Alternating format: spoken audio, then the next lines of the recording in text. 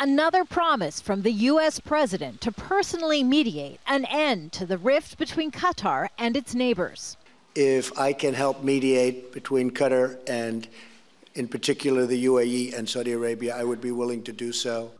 At a joint press conference with the Kuwaiti EMIR, Donald Trump and Sheikh Sabah expressed optimism the economic and diplomatic blockade of Qatar could be resolved quickly.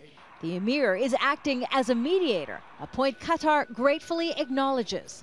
Qatar is reportedly ready to sit down and discuss the 13 demands presented by the GCC bloc. But Qatar has said any demands that infringe on Qatar's sovereignty or freedom of speech are not up for negotiation. It's a point Kuwait's EMIR acknowledged in his meeting with the U.S. president. Some of these demands are not acceptable, but if we sit down together and discuss these demands, we should be able to resolve them.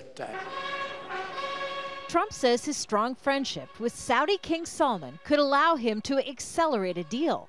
But many argue it's that relationship that may have ignited this crisis. The diplomatic rift erupted 3 months ago following the president's speech in Riyadh. He urged all GCC nations to cut ties with Iran and halt funding to extremist groups. Many say that speech emboldened other GCC nations, including Saudi Arabia, to point the finger at Qatar. A better future is only possible if your nations drive out the terrorists and drive out the extremists. There are accusations that blindsided Qatar and that Doha denies. Indeed, even Kuwait's EMIR acknowledges the GCC was functioning fine before Riyadh.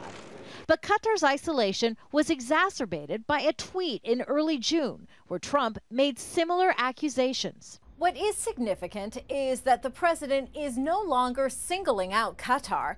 He made a phone call to the Emir of Qatar immediately following his press conference where he provided assurances.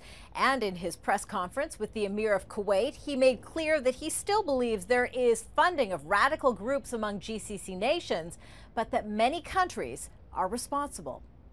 The U.S. has a compelling need to see this row resolved.